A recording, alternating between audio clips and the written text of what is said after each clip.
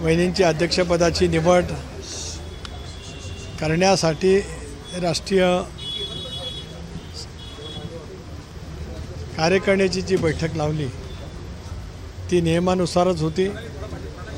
बैठकीचं कामकाजसुद्धा नियमानुसारच त्या ठिकाणी झालं आणि वहिनींची निवड झालेली ही सुद्धा पूर्णपणे वैध पद्धतीची त्या ठिकाणी आहे। जे सच्चिदानंद नामक जे पूर्वीचे सेक्रेटरी होते त्याने जे काय नोटीस वजा पत्र पाठवलं ते मी वाचलं। मी गेले अनेक वर्ष संघटनेमध्ये काम करतो आहे, त्यामुळे सकृतदर्शनी त्याच्यामध्ये बिलकुल काही तथ्य नाही।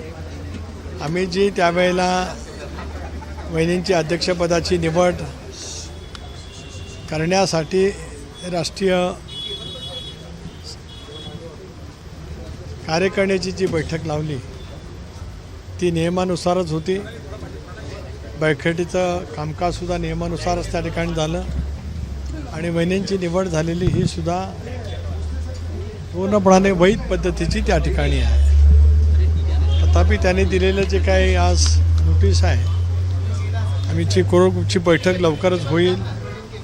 या संदर्भामध्ये आम्ही वकिलांकडूनसुद्धा सल्ला घेऊ, माहिती घेऊ आणि त्यानंतर त्या संदर्भातली पुढची कारवाई करायची असेल ती करू।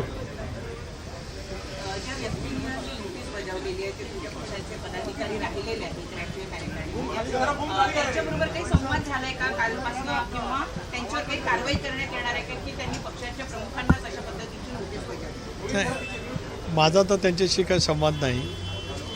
इतर कोणाचा दिल्ली पातळीवरती झाला असेल तर मला त्या ठिकाणी ज्ञात नाही। एक आम्ही आज उद्या बसूस दोन बाबी आहेत। एक तर याची कायदेशीर वैधता तपासणं। मी मगाचपासून तेच सांगतो आहे की मला स्वतःला सकृतदर्शनी याच्यामध्ये बिलकुल काही तथ्य नाही।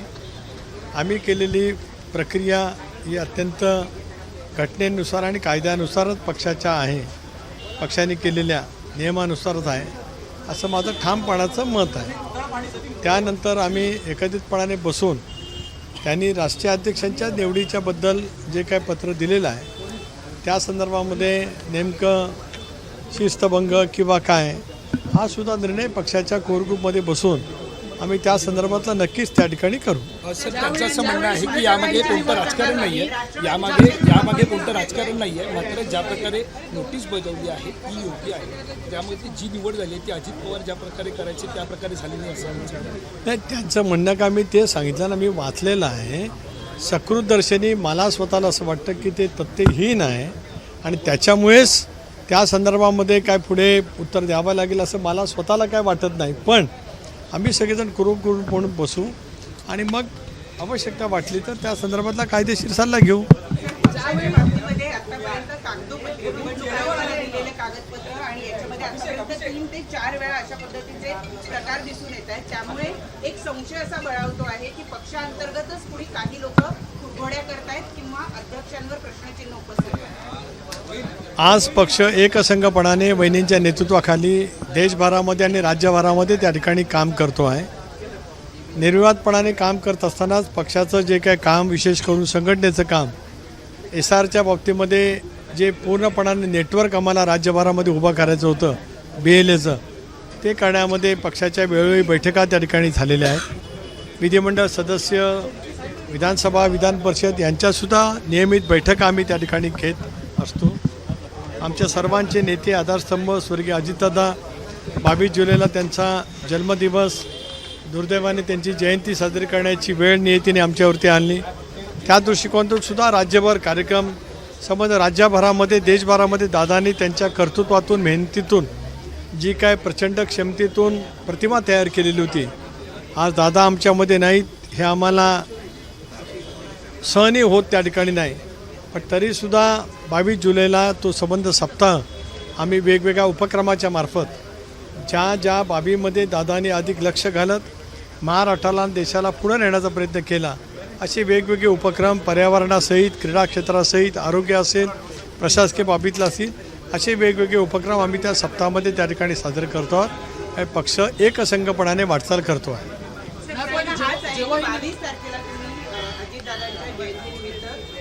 सप्ताह साजरा करणार आहात, त्यापूर्वी अशा पद्धतीचे वाद हे चव्हाट्यावर आणून जाणीवपूर्वक पक्षाला कुणी बदनाम करताय? एक असं आहे की कुणी एखादी व्यक्ती त्या संदर्भात पत्र लिहिते याचा अर्थ पक्षामध्ये कुठेतरी असंतोष आहे असं मानणंच चुकीचं आहे.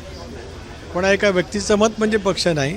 पक्ष पक्षाच्या भूमिकेतून त्या ठिकाणी वाटचाल करत असतो आणि विशेष करून वहिनींच्या नेतृत्वाखाली एकसंघपणाने पक्ष त्या ठिकाणी योग्य पद्धतीने वाटचाल करतो आहे.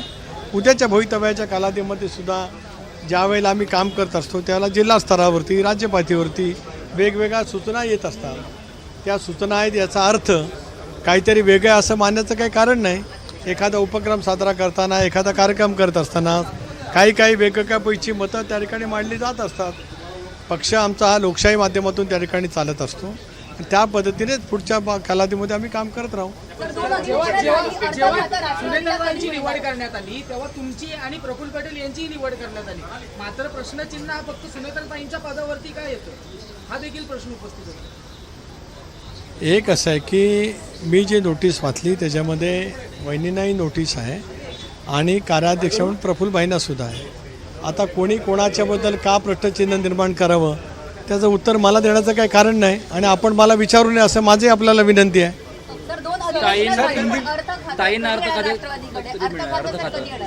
एक असं आहे की मधल्या कालावधीमध्ये अधिवेशन चालू होतं. अधिवेशन गेल्याच आठवड्यात संपलं. आज उद्या काहीतरी आम्ही कोर ग्रुपची मीटिंग घेऊ, माननीय मुख्यमंत्री महोदयांची वेळ मागू आणि या संदर्भामध्ये पुढची कारवाई त्यांच्याकडनं करावी अशी आम्ही त्यांना नक्कीच विनंती करू.